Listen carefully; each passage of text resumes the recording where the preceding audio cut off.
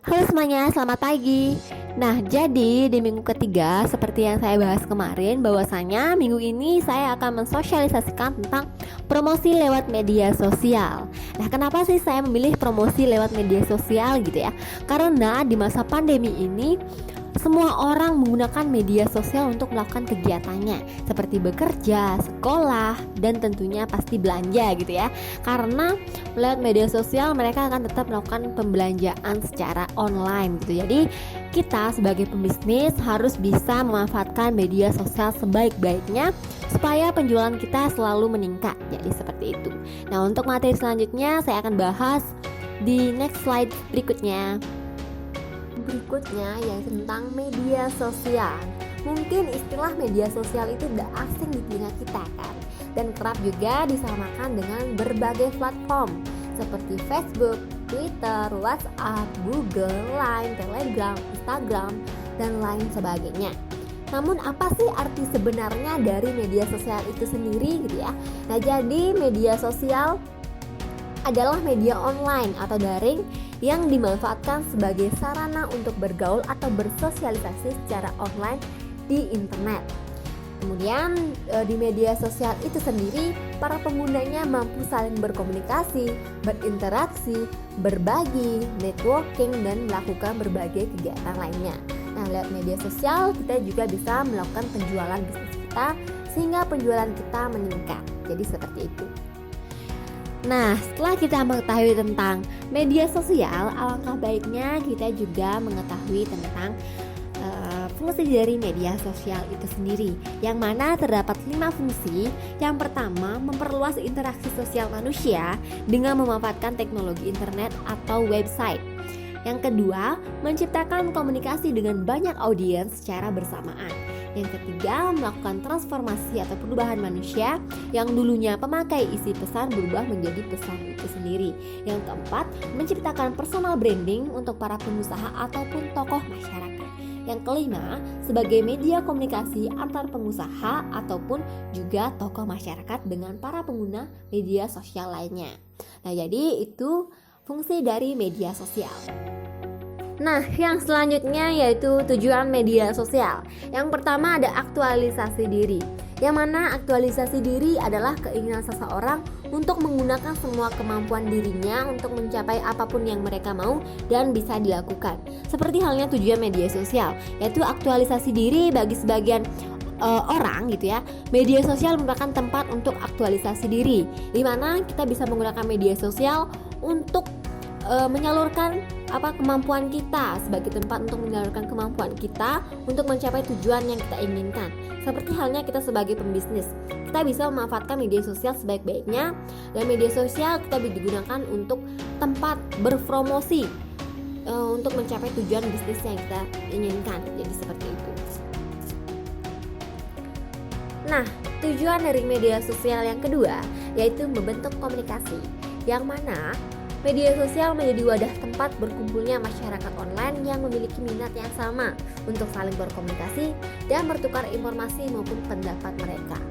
Nah, jadi kita sebagai seorang pembisnis juga bisa memanfaatkan media sosial untuk tempat membentuknya komunikasi dengan pelanggan maupun konsumen. Jadi dengan adanya informasi yang kita sampaikan kepada mereka, maka mereka akan mengetahui bisnis kita, mengetahui tentang produk kita, dan mereka akan tertarik terhadap produk yang kita jual. Jadi seperti itu.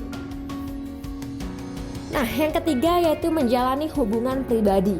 Media sosial juga berperan penting dalam aktivitas menjalin hubungan personal dengan orang lain secara pribadi. Nah, kita sebagai seorang pembisnis juga bisa memanfaatkan media sosial untuk menjalin hubungan pribadi dengan pelanggan. Nah, dengan cara tersebut maka akan menambah kepercayaan pelanggan terhadap bisnis kita, sehingga mereka terus menetap di bisnis kita dan terus berbelanja produk-produk kita. Jadi seperti itu. Nah, tujuan yang keempat yaitu media pemasaran. Penggunaan media sosial yang jumlahnya sangat banyak tentu saja menjadi tempat yang sangat potensial untuk memasarkan sesuatu atau memasarkan produk kita. Nah, kita sebagai seorang pembisnis harus bisa memanfaatkan media sosial sebaik-baiknya untuk memasarkan produk kita. Kita bisa lakukan promosi, kita bisa lakukan branding, kita bisa lakukan tawar-menawar di media sosial, jadi seperti itu.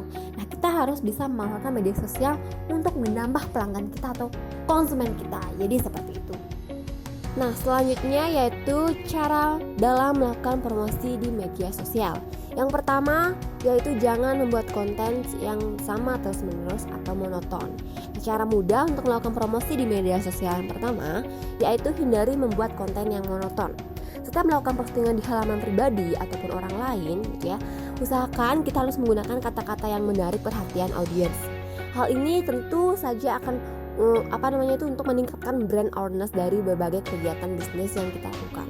Kemudian jangan lupa gunakan konten yang fresh atau yang lebih baik lagi, dan akan lebih baik jika kita menggunakan konten yang up to date atau yang terbaru dengan berita atau kejadian terkini. Jika kita melakukan promosi di grup, cobalah gunakan kata-kata yang dapat memancing rasa ingin tahu dari orang lain. Dan kemudian kita dapat menggunakan postingan yang berisikan tips, trik, dan juga relevan dan sesuai dengan produk yang kita pasarkan. Jadi seperti itu. Nah, cara yang kedua yaitu menggunakan media gambar. Gambar adalah elemen penting yang harus kita miliki dalam media sosial kita, karena media gambar berperan penting dalam promosi di media sosial. Mengapa sih menggunakan media gambar itu penting gitu ya? Karena manusia adalah makhluk yang visual. Dengan memasang promosi dengan media gambar yang menarik itu akan membangun emosi yang lebih dibandingkan dengan postingan yang hanya berisikan teks saja. Memang benar gitu ya, kalau kita memasang promosi teks saja maka orang-orang akan malas untuk membacanya. Tapi kalau kita memasang gambar berisikan teks sedikit, itu akan menarik mereka untuk membaca apa sih ada di gambar itu, pasti seperti itu kan. Nah, usahakan gunakan gambar yang memiliki perpaduan warna yang menarik sehingga bisa memancing rasa ingin tahu dan penasaran dari audiens itu sendiri. Nah, gunakan gambar yang simple dan tidak ribet sehingga tidak membuat mata audiens itu pusing ketika melihat gambar kita. Jadi gambarlah promosi itu dengan simpel dan kata-kata yang menarik seperti itu. Cara yang ketiga yaitu menggunakan hashtag. Di era digital seperti saat ini, menggunakan hashtag itu sangat penting dalam pemasaran kita. Apalagi di platform yang mengandalkan hashtag itu seperti Facebook, Instagram, dan lain-lainnya. Dengan adanya hashtag, maka akan memudahkan customer kita untuk menemukan produk yang kita jual dan yang mereka inginkan. Nah, selain itu, dengan menggunakan hashtag juga akan semakin membuat jangkauan akun bisnis kita ke semua orang. Jadi seperti itu.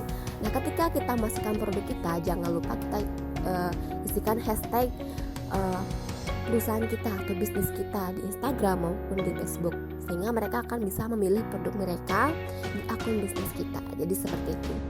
Nah, cara yang terakhir yaitu harus aktif dan responsif.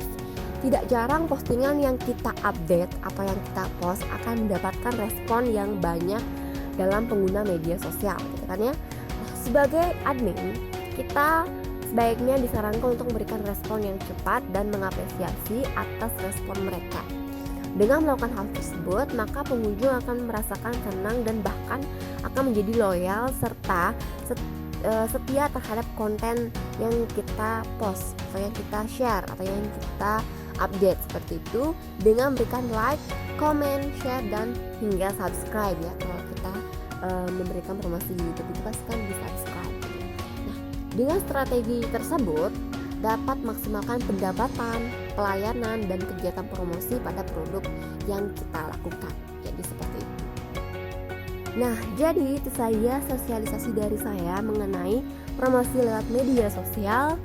Nah, kita udah masuk ke sesi tanya jawab gitu ya. Jadi untuk kakak semua silakan bertanya dan komen di grup WhatsApp yang telah kita buat. Nah, oke, jadi itu saja dan see you di next video. Bye bye.